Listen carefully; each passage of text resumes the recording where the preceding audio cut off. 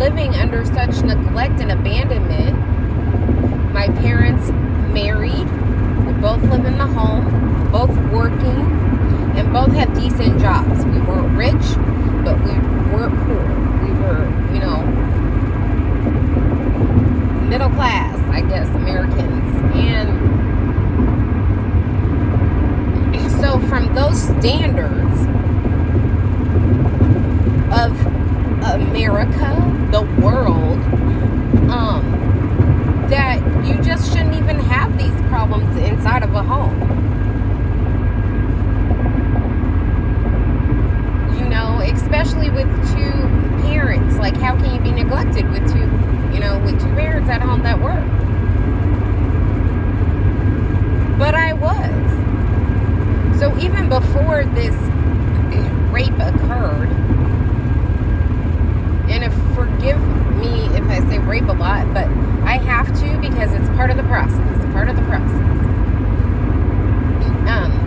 And part of me helping acknowledge that that's exactly what happened, because I was told for so long that it didn't happen.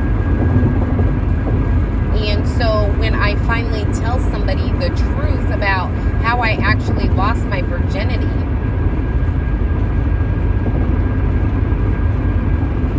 I was told, you were raped. Like, what the heck? You were raped. What happened? Because you were raped. So what followed through with that? And nothing ever followed through. Because I had two parents at home that worked and had a life, so you didn't follow through.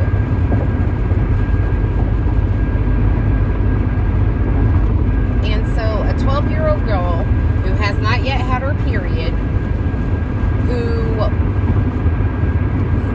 was barely trying to process what it was like to have boobs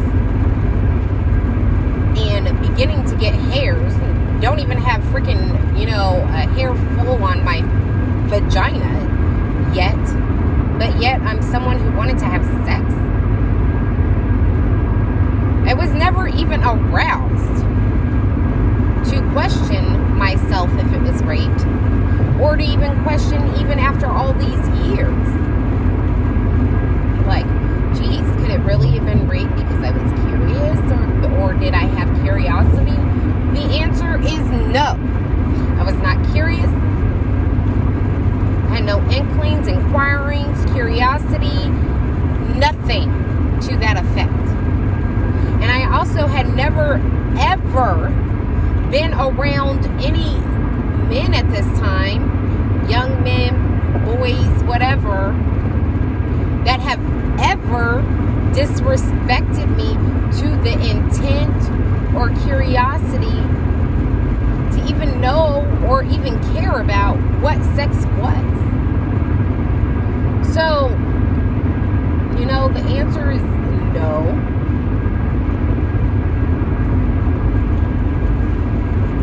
So when people would ask me, oh, when did you lose your virginity? I would just go with, the story of when I actually lost my virginity from my perspective on when I won. I've never told anybody that, oh, I was raped. Especially after the police officer told me I was not.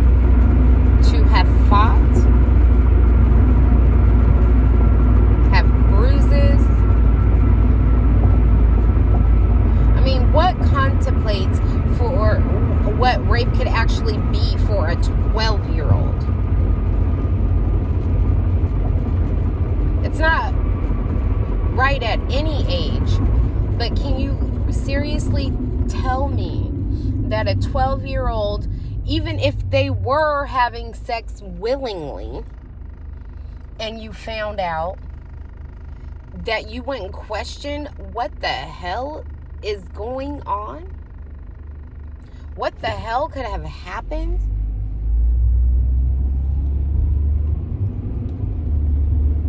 That my daughter would have sex? So even if you didn't believe me that I was raped, which I was,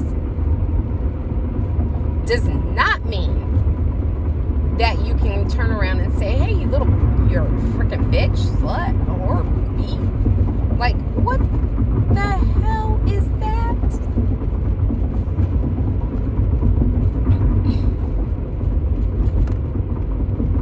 So,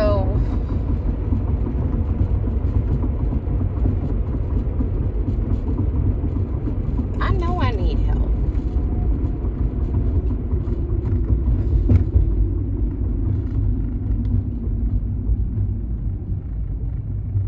I know I need help.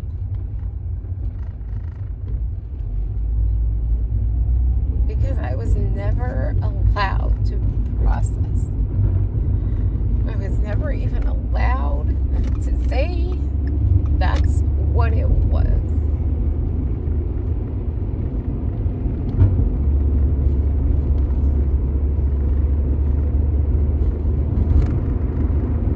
And now the only way I feel like I can heal is to talk about it.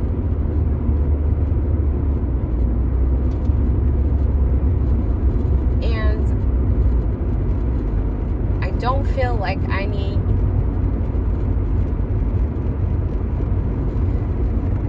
like a justification at this point. Like, I need some type of compensation. I just feel like I need to talk about it, and it needs to be acknowledged because of the fact that I was told that it was not. That it did not happen. That that's not what happened to me. Like, you told me that I was not scared. You told me that I was not frightened. You told me that I was not forced. You told me that I was not betrayed.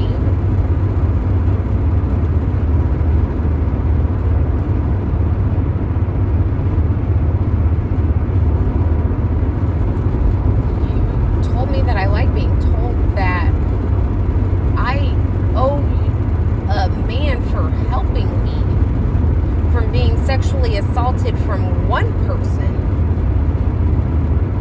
and that my repayment was I now have to have sex with you,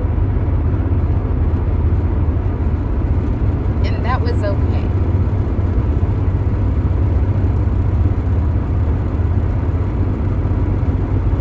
And it's not like I just said, okay, lay down, spread my legs, and that's what happened. But you still forced me down on the bed. You still pushed me down. You still ripped off my panties. You still forced my legs apart. You still forced yourself inside of me when I am saying no and frozen in terror.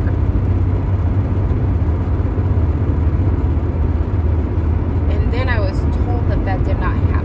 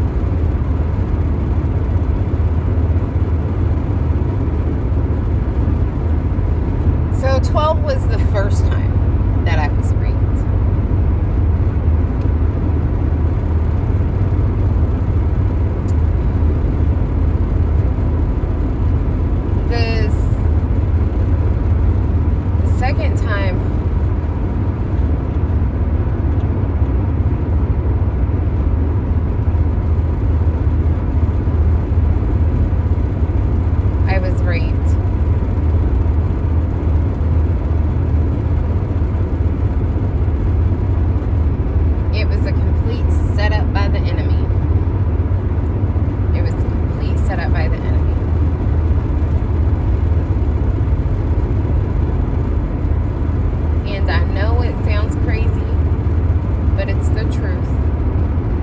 It was a complete setup. Complete setup. From the time that man opened up the door and with a smile on his face, it was a setup. The enemy literally inside him, I will have to say that I definitely was attacked by a demon, because there's just no way that a setup can be so set up. Even with my first rape, I don't see the setup at how intentionally placed, set, and thought out and plotted that this rape was.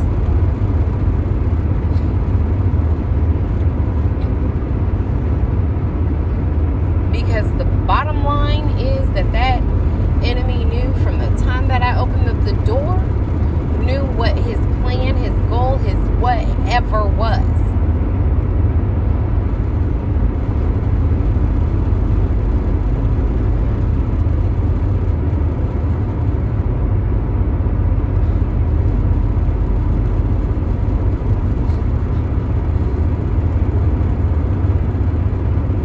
I was raped by somebody that I knew, someone that I dated, someone that I had sex with before,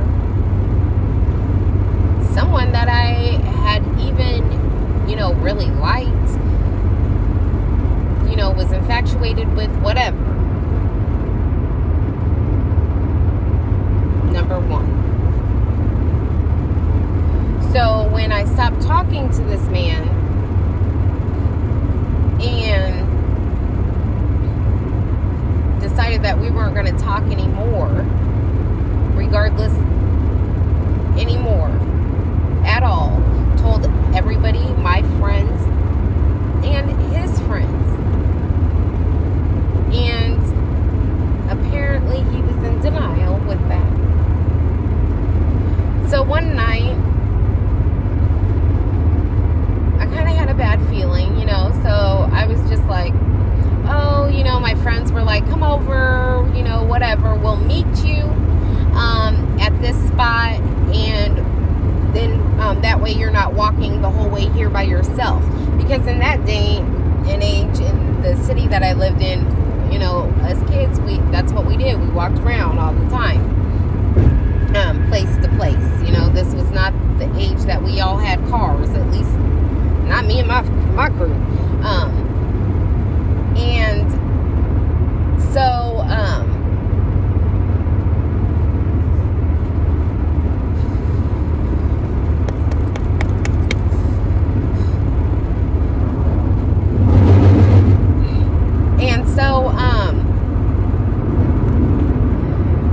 when my friend, Jamie asked, I was like, okay, girl, okay, I'll come over. But then I started feeling some type of way. So instead of trying to sneak out, I was like, I'm going to ask my parents, because one, they were home. If they weren't home, who knows? Probably wouldn't have, right? But I asked my dad if I could go, and he said yes. Walking. First of all, y'all, let's just say it was almost midnight, if not midnight, when I asked this question, and I was 15. So let's leave it there. I was 15, and the answer was yes. So when Pastor D did this teaching on the I can't remember which challenge it was, or which teaching it was, but I remember the teaching. The teaching was David in the Bible, how David gave Tamar permission to go to the house where she got raped by her brother. So first of all, that really triggers this part in me, because my dad gave me permission, a 15-year-old permission, to go walking, because I gave the full details, to go walking, not just after dark, but after 11 p.m., late at night, almost midnight, because I swear, I remember that this was around after that time. So that's the way that it goes. And so I walked because I had permission. Strangely, okay, I got permission. So I go to Russ's, get to Russ's, which is the grocery store we were supposed to meet at. No Abby, no Jamie. Where are they at? No clue. I'm looking around, even go in the store, because it's still open. This was a 24-hour store. So, went in the store, walked around the store, and went back out. So I was like, you know what? Maybe, because I walk fast at that age, I was a fast walker. And so I was like, I'll just go ahead and walk to the house, because if I missed them, I do know where she lives, right? So I walked to the house. Knock on the door. And this man, my ex, answers the door. With a little smirk on his face. With a little smirk on his face. Answers the door. Hey, what's up? Man, get out my way. Where is Jamie? Literally my reply. None. When I said I was done, that meant the interest was gone. So no, hey baby, whatever. So he was like, oh, she's gone. They went, the story that we had. And apparently in the time that I had talked to, my friends, getting the permission to get over there, Aaron had arrived over there, and he apparently convinced them that we gonna make up. So I get the phone, because cell phones were not prevalent in these days either. So I didn't have a cell phone. We had pagers, but not fucking cell phones. So I call over to Abby's house, where he had told me where they went. And I'm talking to Jamie, like, what's going on? Why'd you leave? We had a plan. I don't know what this man untold you, but this Negro done lied. Like, I ain't never said we ain't trying to make up, done deal. It's wrapped. The answer is no. And so she was like, oh, okay, well, we're waiting on a ride. We'll come back and pick you up. Whatever. He takes the phone and says, you really don't need to worry about it. She's just messing around. We're gonna make up, whatever. And hangs up the phone while I'm trying to protest, and unplugs the phone from the wall.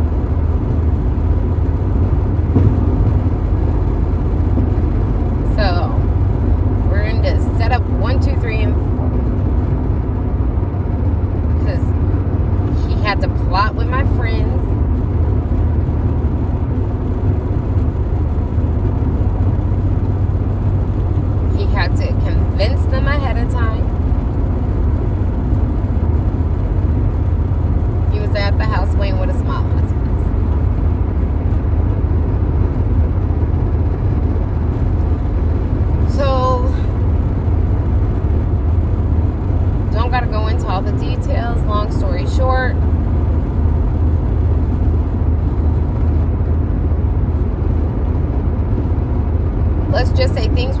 broken.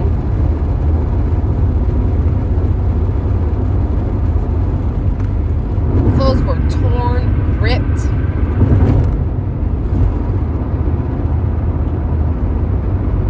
Scratches, bruises, bite marks.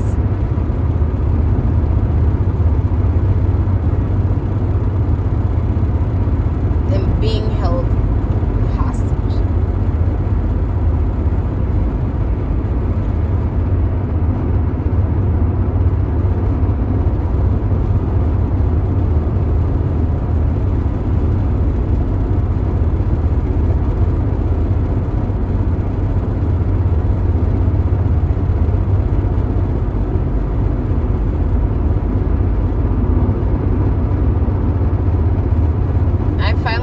Fall asleep.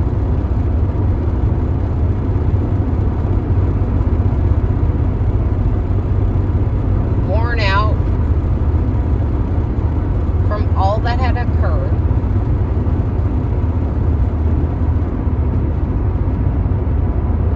And I wake up after he was asleep. And so I try to get up and get up and like get away, like literally get up and get away. And this man literally was not apparently all the way asleep, because I could not break free from his grip even with his eyes closed. Trying to literally get up, move, push, fight, pull. And instead of a loosening grip, I swear it seemed like it got tighter.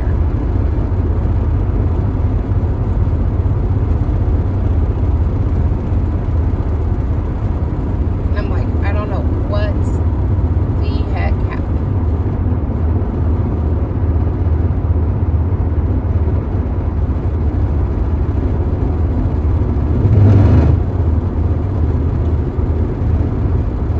Fall back asleep. Back up.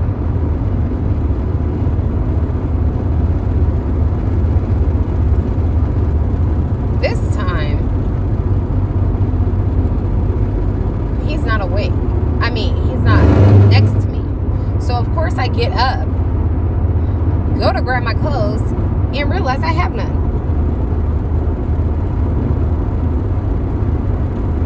I have no clothes. So I'm there naked and unable to run anywhere, go anywhere, do anything, because I have no freaking clothes. But naked on the street, I guess. So I go upstairs to my friend's bedroom, grab some clothes,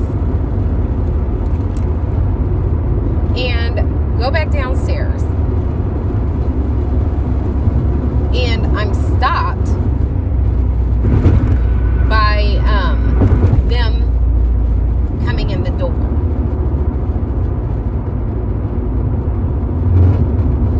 And I begin to look around, and Aaron comes out of the back like, oh, hey, you guys. Thank you for, just being all nice and nonchalant, like nothing happened. And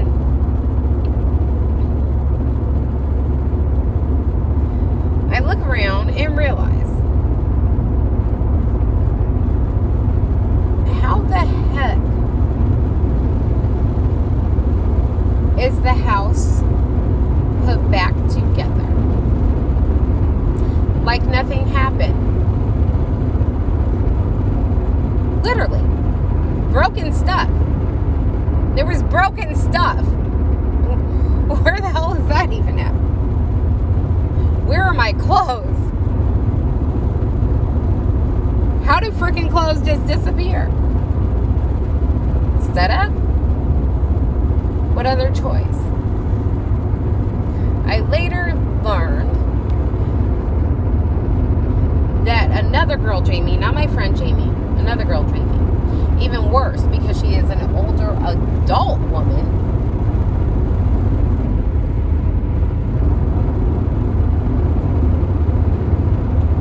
older than me because I'm 15, older than my friends who are 16. So she is an adult, meaning she's like 19 or 20 or something at this time.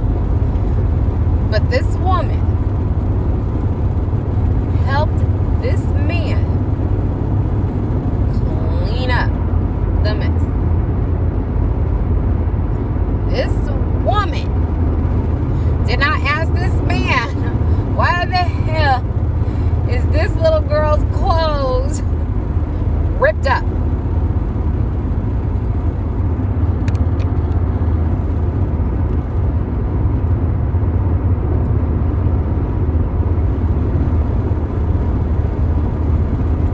Why are the lamps broken?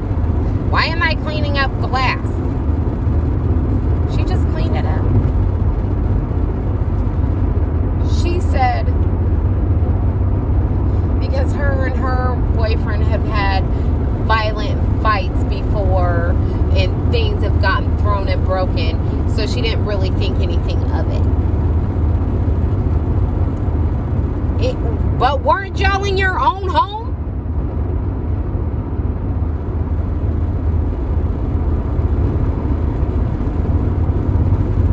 My thought. So that's what the adult said, because of the fact that when she walked in the door, this Negro had his freaking arm around me and my eyes were freaking closed.